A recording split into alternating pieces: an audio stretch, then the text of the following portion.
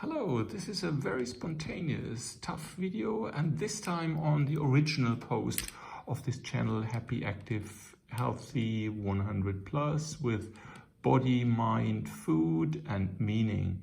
And for the past few years, I would say on a greater scale, 7 years, but then like speeding up like 2 years, and then speeding up even more. I've reached kind of a plateaued out in terms of body, mind, food, meaning, and creation of knowledge, truth, and wisdom. I'm still doing a lot here on body, mind, food. I'm actually at a kind of a plateau, and now the thing is, it's a spontaneous video. So if somebody would ask me, what are the few things that you changed which kind of improved your well-being, then I would say maybe the biggest one is this OMAD, 1 meal a day, which is also might be 22 instead of the normal where you do 16-8 or then 18-6, and you move to 1 meal a day. And I would say that is fantastic in terms of well, you have to eat a lot, so you use almost all those 2 hours to eat, but then you don't have the other meals, so it's also so you save a lot of time not having breakfast and having to take care of or a snack and the dinner, and it puts constraints on your day planning and so on. And the other thing is like brushing your teeth. I brush my teeth like 3 times a day, but like 2 times they're completely clean already. So that's fantastic. Then another thing is I drink about 5 liters a day, which is 2 liters in the morning, 1.5 to 2, and then like 1 liter of tea during the morning, then about 1 liter during this OMAD, 1.5 liters, and then maybe another 1 liter during the evening tea also. And if I kind of am bored or something like that and kind of stroll around the kitchen, then I might drink water, which adds up to another liter. So if you add that up, you might even arrive at 5 to 6 liters. So these are fantastic things that I noticed. Then maybe the other thing is this keto adaption, which means that I often try to eat no carbs, but only fat and proteins. But mainly fat, fat and vegetables and so on. So rarely any fruit, or a little less fruit than usually you would do. So the keto adaption, I think, is an important thing. Then the complete relaxation, where you are completely relaxed all day long. Even if you have a lot of stress, there's a lot of things going on, lots of things, you are completely relaxed. You do one at a time. Or as I mentioned here with the body, mind, food, so with mind, I did a lot of training in order to be able to concentrate kind of up to 14 hours a day, which on average, maybe during the week or so, maybe around 10 hours. Yeah, so including Saturdays, Sundays. So that actually gives me a lot. The other thing is, obviously, I draw that in black, which is the cold showers. Yeah, which is fantastic. Cold showers, I think it saves money.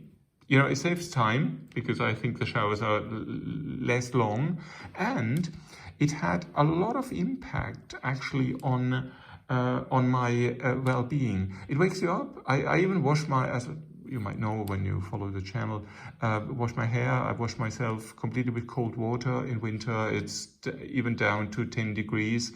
In summer, it's around 14 degrees or so. And this took about 2 years for me, 2 years to adapt to cold showers. And so cold showers I can actually recommend a lot. And even, let's say in the evening, you could say, oh, just have a quick 1 minute, 2 minute cold shower, freshens you up, is fantastic.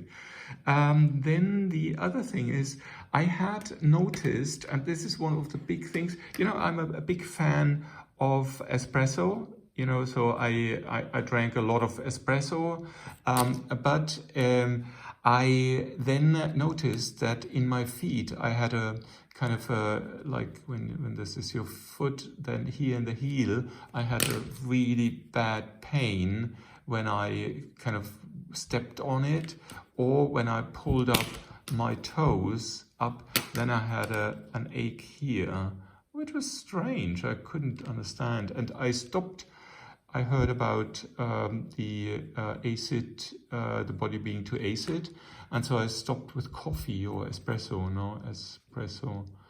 I'm a big fan of espressos, but no, I drank 4 to 5 espressi per day, and that was too much. And so after some months of doing that, years of doing that, this ache here came in the foot, and I stopped coffee for altogether. I put it in the basement, so no coffee at all, and within 1 week this pain was gone.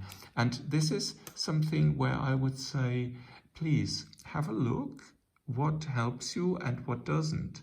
What is good for you and what is not. So I could kind of say I eat cucumber or fleaseed shells and so on, but these are the individual single things like linseed oil or other types of oils, and but I could go into details, but I think you have to find out yourself. You try it out, you check D3, is that good for me? Magnesium, is that good for you? And so on. And what kind of tea, green teas, or I'm now using some special teas from the drugstore, which I try out, and I think they help me kind of to relax or to detox. And the other thing, talking about detox, is the other thing, smartphone. Now, what I often do is I put it away for, let's say, 2 to 4 hours, or I go for a hike. When I go hiking, and then I don't take the cell phone with me, so I'm away for 4 to 7 or so hours, and I don't have a cell phone with me, which is detoxing, so that's not bad. Other things, I think, I definitely, a lot of other things would come to my mind, but I want to keep this video short. So the overall message is please exercise, yes. Please experiment. So experiment with your body. Experiment, do some things. I've also written some comments on this. So if you have, for example, for this, like the OMAD, I experimented. I went from 16, 10, and then all the way to eating just once a day, or I already did that already to not eat for like 36 hours. That's fine, you can do that, and that's a kind of a progress, that's a process. The same with like when you go for a walk. I can go like 7 hours walk, not taking anything, no food, no backpack, no water with me, because I drink 2 liters in the morning and then I just walk. So it gives you a lot of freedom, but it takes time. As I said here, 7 years kind of starting, and then 2 years, 7 years ago I started, and then like 2 years I really got deep into it, and it's accelerating.